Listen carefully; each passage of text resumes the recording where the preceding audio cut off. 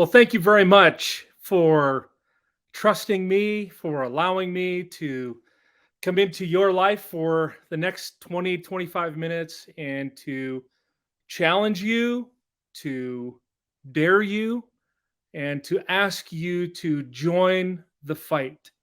Whether you're a mother, a father, a grandparent, an uncle, or an aunt, whatever your place in life is, each one of us will play a role in this fight to protect our children and our children's children. I look at history, and as I peruse history, I recognize the fact that those that have come before us allowed certain things to happen. They dropped certain lifeguards around children, and we find ourselves now in a mess, a pool, a cesspool, if you will. And this pool continues to grow and continues to swallow our children. And so, thank you for being a part of this. And in these next 2 days, I hope when you finally hit exit on your computer that you will recognize that you play an integral part in this. I want to challenge you during my time with you today to recognize what is taking place and how this is taking place to our children. And we're going to talk some about grooming and how our children are brought into this life, and how we can protect them and prevent. The FBI, Federal Bureau of Investigation here in the United States, has this as one of their quotes. Anytime you hear one of their presenters, they will use this quote: "There is no more urgent crisis than the abduction of a child." Now, if you have a child of your own, you can only imagine what that would be and how you would feel if your child was missing, if your child was taken. Now, we get so caught up in the fact that whether it's the movies or television that shows us the van that shows up on the road, the side of the road, and grabs the child into the vehicle and they drive off. And that's what our picture is oftentimes of abduction. But I want today to talk to you a little bit more about what I would call the psychological abduction or the mental abduction of our children. You see, there are predators, so many predators that are on Facebook, Snapchat, Kik, TikTok, what you name them. And we're going to go over a few of those, but the predators are so readily available, whether it's online or as your children or as children move throughout their lives. But we've got to be aware that there is more than just a physical abduction. Today, we recognize that predators are more transient than they ever have been before. They're more sophisticated. They are so learned when it comes to technology. They are over the top in their learning of how to use technology in so many different ways. Predators today are more brutal than they have ever been in all of history.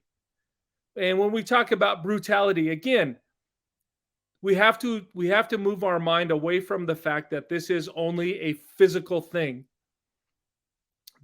These predators, they don't care of the carnage that they leave behind in a child's mind or in a child's heart. They don't care about the therapy that's going to have to come later on in life. They don't care about all of those things. Predators attack our most precious assets, and those most precious assets are our children. Whether they are our blood children, whether they're our foster children, or whether they're children in our community, in our cities, in our towns, Children are children, and we are truly commanded as human beings to care for children. As a man of faith, uh, God Himself said that we are to care for the most vulnerable among us, those who are widowed and those who are children. And in when Jesus Christ walked the face of the earth, his the most vulnerable of those times was the widows and the children. If you to get a picture, 75% of children are willing to exchange personal information about themselves or their family over the internet. They're trusting. By nature, children are trusting. They're in their mindset. They do not have that preconceived idea that somebody is out there to hurt them, or somebody's there to destroy them, or somebody's there to steal from them or to exploit them. And so it's not in the evil heart of a child that shares these things. It's in their trust. More than 1 out of every 10 teenagers, and now we're going to skip through this because I want to get to the grooming, but more than 1 out of every 10 teenagers has posted a nude or a semi-nude picture of themselves or others online. For some of you, I know that's mind-boggling, and it's still mind-boggling to me. I have 4 children of my own. I'm so thankful. I'm so thankful that I was able to learn and understand what was taking place around my children to help protect them. Not to say that they were perfect, but we knew, and so that's what this is about today, is to help you know. William Wilberforce, who in the abolitionist world and the world of anti-human trafficking, we talk about him all the time. And one of his famous quotes, you can choose to look the other way, but never again can you say, I did not know. And so today, you will know. And using these things that you're going to hear from all of these experts that you're going to hear from today and tomorrow, experts that are so much smarter than I am. And but the things that you are going to learn, to put them into practice, is so vital. Understand that 1 in 5 girls is sexually exploited before they reach the age of 18. Sexually exploited, what does that mean? They're either assaulted, raped, abused, taken advantage of, exploited, taken advantage of. The vulnerable, the most vulnerable among us, our most precious assets. 1 in 6 boys is sexually abused before the age of 16. Now, how can this happen? This is what we're trying to get to the bottom of. The lifeguard group, which I'm involved with, yes, it's vital for us to be involved in the rescue of those who are exploited. But we must stop the front door. We must close that front door and build that preventative lock so that we can protect our children from ever being exploited. 1 in 6 is one too many. 1 in 10 is one too many. Girls ages 11 to 14 are the most victimized members of society. Why? Because they're vulnerable. And I think we're starting to see a little bit of a shift, at least in our data collection and what we have researched, is we're beginning to see a shift towards younger girls and even into boys. And we're starting to see the numbers shift just a little bit. Boys ages 6 to 9 years old are the next most victimized. And again, I think we're seeing that gap close, and it's closing very quickly. 14 to 17-year-old, these are the age of girls when they are most likely to be solicited online. And again, the shocking piece of that is that we are seeing that number go down. And you can read the statistics there on your screen. So what is the most common lure? How are these predators luring and taking advantage of our most precious assets, our children? First of all, what we call the affection lure. Most victims of abuse, they're groomed over a period of time, of weeks, months, years. I can tell you that we worked with one young lady here in our local community. And this young girl was an African American girl. Her and her siblings were adopted into a family that was Caucasian. And uh, this young girl and her siblings actually went to school um, with my children. And she played basketball, this young lady did. She played softball, very involved in choir, very involved with extracurricular activities, very involved, lots of friends. And then something began to change. Something began to change, and people started noticing, but nobody really asked a lot of questions. What we began to see is this withdrawing. And in this withdrawing, she began to stop with some of the activities. She began to remove herself from the friends that she had been a part of for all those years. And then all of a sudden, this young lady disappeared. How could that be?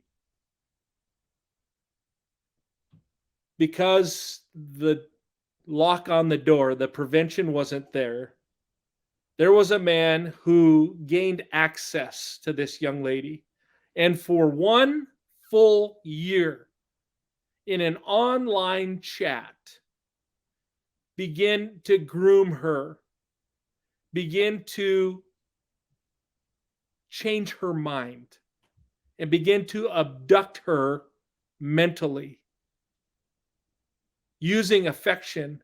But then he posed this question to her, or this statement rather. He said to her, "Nobody understands your blackness." She had never thought about that before. She had never encountered that thought before. She knew that her family loved her. She knew that her family accepted her. She knew that she had been chosen by adoption into this family. But this man began to tell her that because her parents, her adopted parents, were not African American, that they truly didn't understand her and couldn't love her deeply and fulfillingly. The affection lure, she had never thought about that. For 1 full year, this man continued to plant these seeds into the mind of this young girl. He sent her a digital airline ticket, which she took to the airport and got on an airplane. And for 3 years, she was gone. I can tell you the great news is that young lady is back, but not without some baggage, not without a lot of therapy, not without a lot of struggle, not without a lot of questions in her mind. The affection lure is used both offline and online. The affection lure of, we saw it in the video. We saw it portrayed right in front of us. We're gonna be a beautiful couple together. We're gonna make our dreams come true. And we look at it from the outside, and it looks ridiculous, and it looks foolish, and we say to ourselves, "How could you understand? We're talking about a child." And then you begin to put the vulnerabilities on top of that child. In this case of this young lady, she had already been abandoned by her birth parents. She was posed with the question of her ethnicity and if she was being accepted or not. You begin to stack these vulnerabilities one on top of the other, and a groomer, a predator, will take advantage of those things. You see, when there is an absent parent in the picture or an absent relationship, it builds on that vulnerability. We are, each one of us on this conference today, each one of us is vulnerable in one way or another. We all have vulnerabilities. And predators, those that want to take advantage or exploit, look at those vulnerabilities and they use them against those that they want to victimize. It makes the child more vulnerable when there's the absent parent. What else do predators target? They look for those who are low in their self esteem. They look for those who maybe come from a dysfunctional home or a disrupted home. They look at those who are runaway or missing. It's so vital for our organization. And that's why it's such a passion of ours to respond when we are notified by a family of a missing child. Statistics are telling us right now that within the first 48 hours that an individual is missing or on the streets, whether it's a runaway or a missing or been abandoned, within those first 48 hours, 85% are approached by a pimp or a trafficker within the first 48 hours. They are looking for those that are vulnerable. Now, as we look at these three that are on the screen right now, low self esteem, dysfunctional home, disrupted home life, and a runaway, imagine if that teen or that child had all three of those. That makes the grooming that much easier. Predators are looking for those who are sexually active and not necessarily physically sexually active, but they're looking online and watching for comments and things that are being posted that are of a sexual nature, that are exposing the vulnerability of that child. A grooming, when we talk about grooming, think about it in this mindset. When you go to the barber or the hairdresser, you sit down in that chair and you give all power to that individual with the clippers or with the scissors.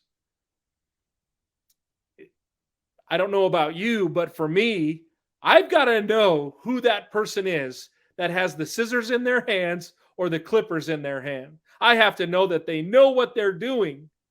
I wouldn't want to come on this conference today via this virtual dynamic and have some botched up haircut.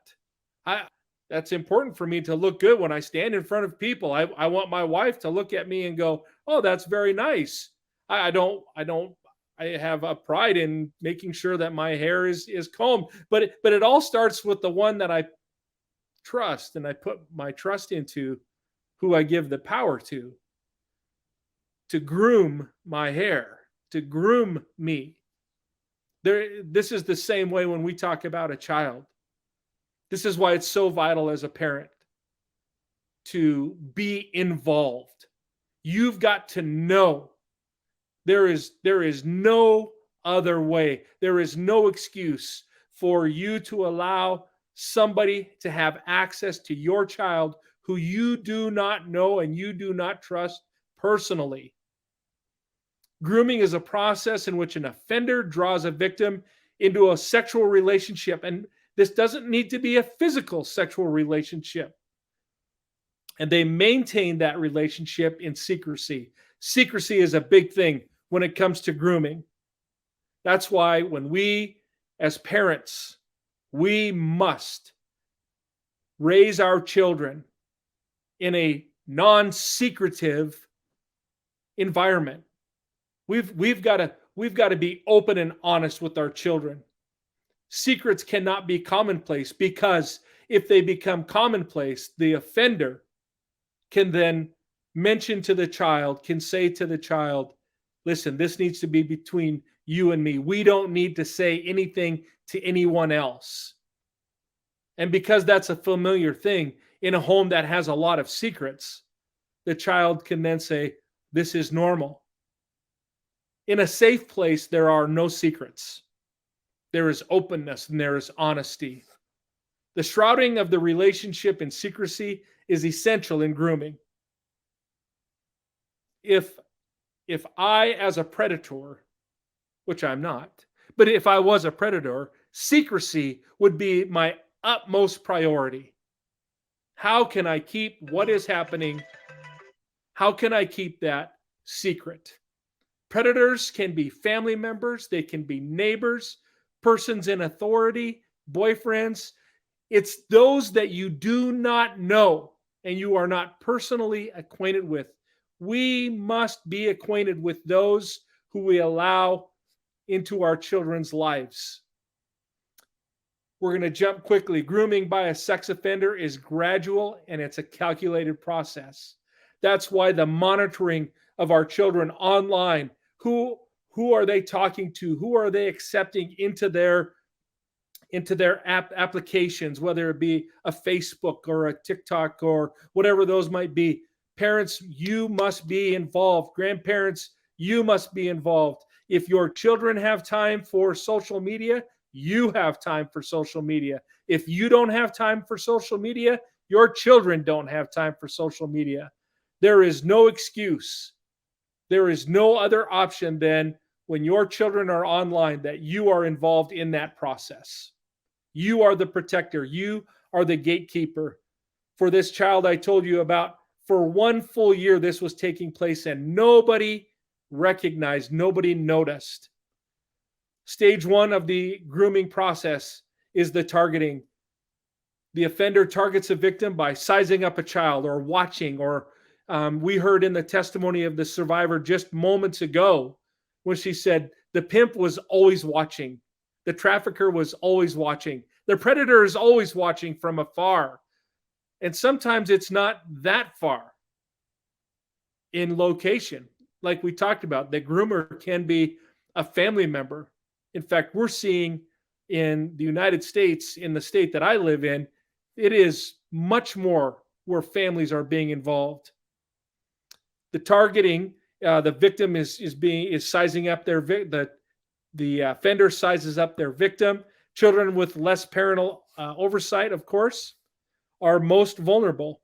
Stage 2, gaining the trust of the child.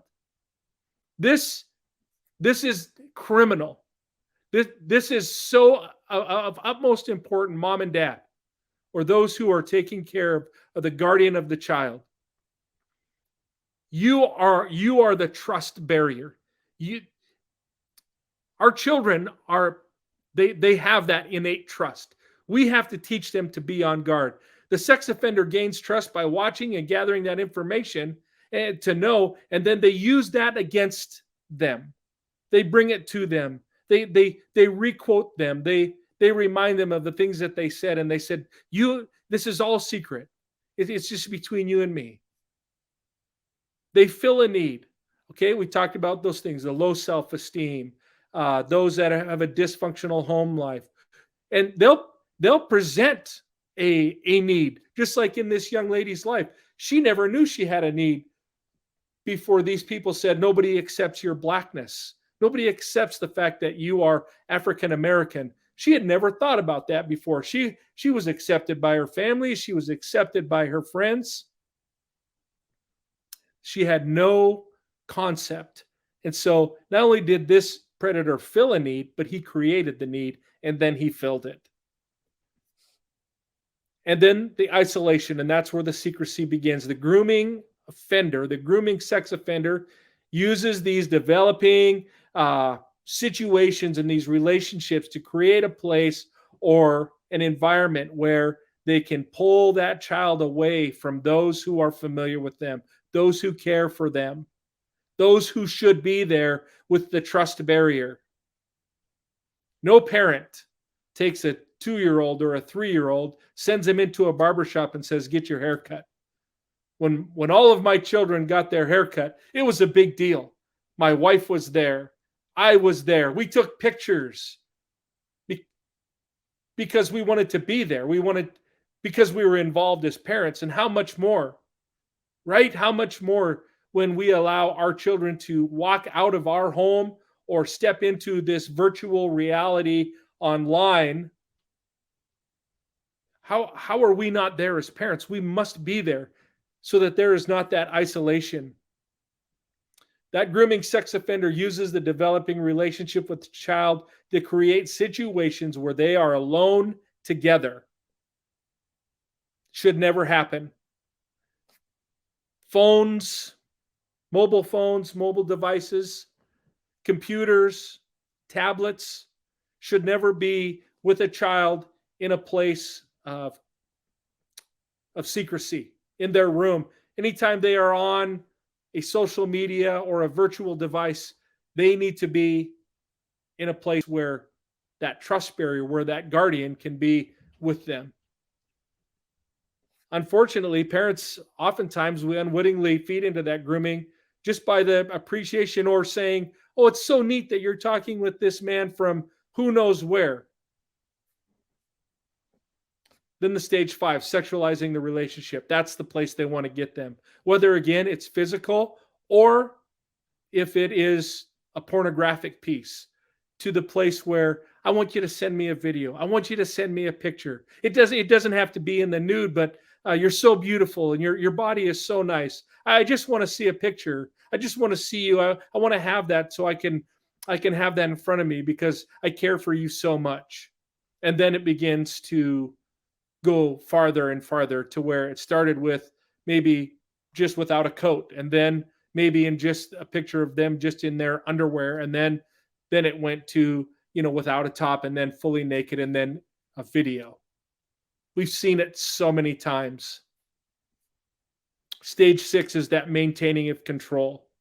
Once a predator can get to this place, once they get the first picture, the second picture, and then the video, they begin to use that. We often tell people that the chains of modern day slavery or sexual exploitation are not on the wrists, but they're in the mind. And that's where grooming has its power. That mental abduction that takes place of our children. Your child never needs to leave the house and can still be sexually exploited, can still be abducted, and still be destroyed in their psyche and in their mental health. Online dangers lead to child pornography. It's a multi-billion-dollar industry. So many different aspects of the child pornography, so many areas of the fight that we are involved with organizations just like ours. And you're going to hear from a lot of those experts. You've heard from some of them already today, trying to shut these portals down.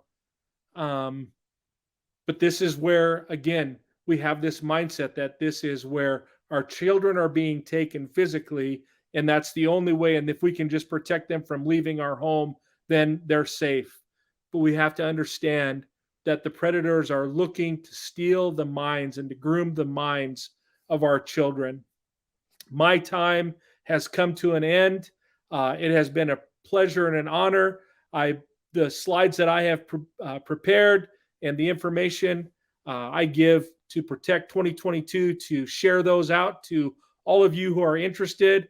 I look forward to being with you again tomorrow on a panel. You have been incredible. Thank you, Daniel, for allowing me to be a part of this. And hopefully we see you again soon.